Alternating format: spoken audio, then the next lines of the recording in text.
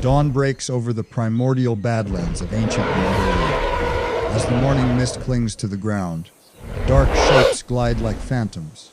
This is the domain of the Velociraptor, the hunter of the dawn. Every step is calculated.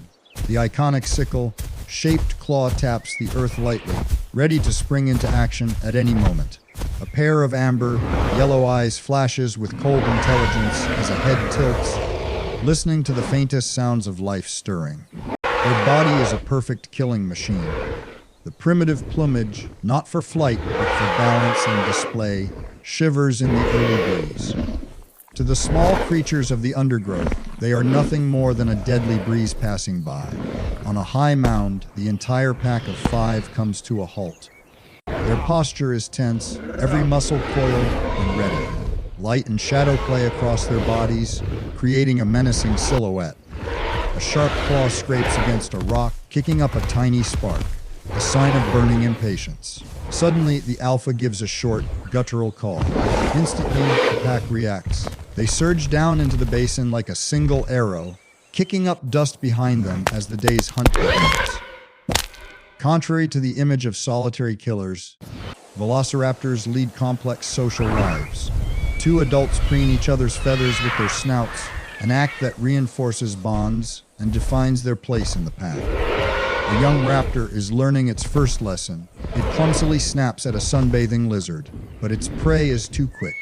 Defeated, it lets out a frustrated chirp. Nearby, others playfully chase each other, running in circles as they fight over an old piece of bone. But order is always maintained.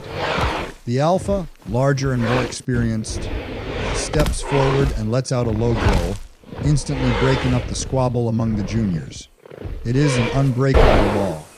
Occasionally, they will all lift their heads to the sky, perhaps to feel the direction of the wind, or simply for a rare moment of stillness. When they move, they walk in perfect rhythm, their shoulders sometimes brushing, a constant connection. From the alpha's perspective, the pack is a combat unit under its command. Abruptly, they all freeze, ears perked, heads tilted. A strange sound from the distance. And then, like synchronized dancers, the entire pack changes direction as one, moving toward the sound.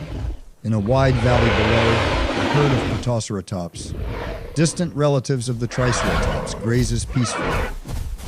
They are utterly unaware they have been targeted. Hidden in the tall grass along the hillside, sharp yellow eyes are watching. Their breathing is quick, small puffs of condensation escaping their nostrils in the cool air.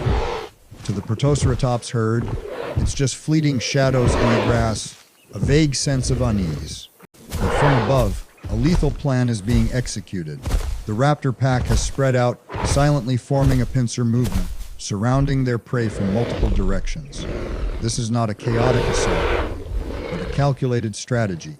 The alpha taps its sickle claw on a rock, a signal. They all drop low to the ground, a fine layer of dust clinging to their feet and feathers. The alpha looks back, and a hoarse call echoes quietly. The trap is set.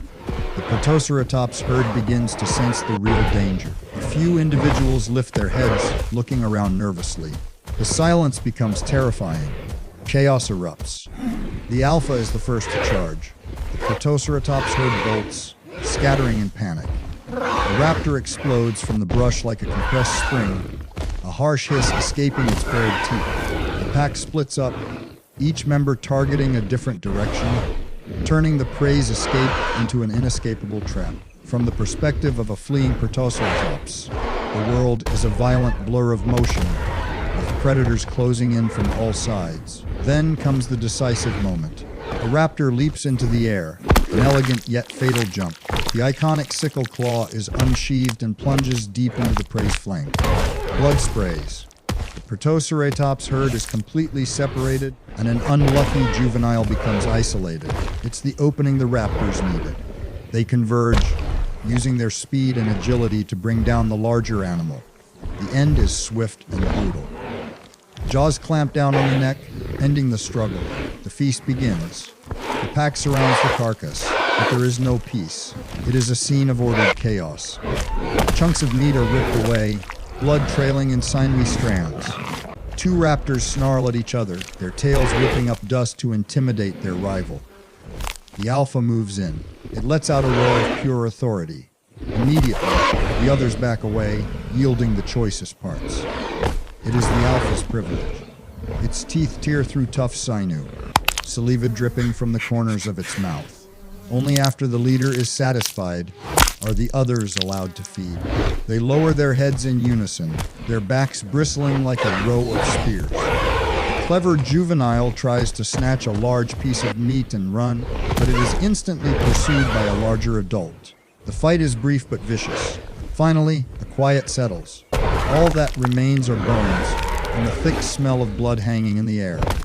As the raptors enjoy their spoils, a colossal shadow falls over the end of the valley. Even the most fearsome predators have their own enemies. Tyrannosaurus Rex. The entire pack instantly looks up. Blood still stains their snouts, but all activity ceases. Silence descends. Their eyes dart nervously, for the first time showing a flicker of fear. They back away, forming a defensive line by instinct.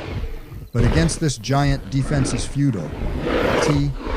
Rex strides forward, the ground shaking beneath its feet, its shadow swallowing the small pack. The alpha lowers its head, letting out a defiant, guttural hiss, but it is a gesture of desperation.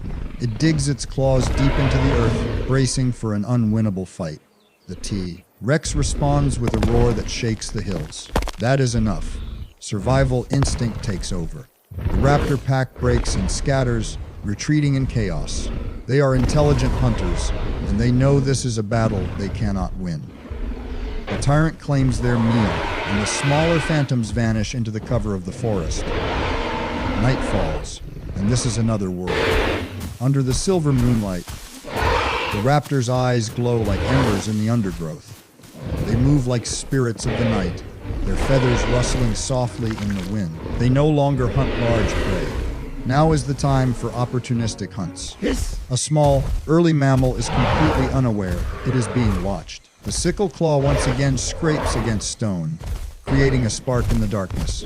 Without a sound, the pack strikes as one. A clean bite, and the hunt is over. The prey is dragged into the shadows. Tonight, they are the kings of the forest. The pack stands on a high cliff, their silhouettes cast against the bright moon. A high, pitched, chilling call rings out, and the others join in harmony, creating a symphony of the wild night. The sun rises again. The raptor pack stands on high ground, looking down upon the sprawling plains below. In the alpha's golden eyes, the dawn reflects a world of promise and peril. The young ones run in circles around their mother's legs, playing, but also learning. The pack begins to move, their long shadows stretching across the land.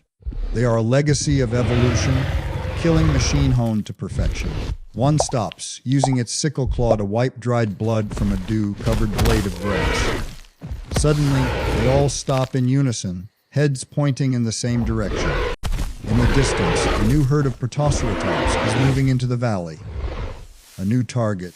Without a signal, the pack surges into the undergrowth, vanishing as quickly as they appear.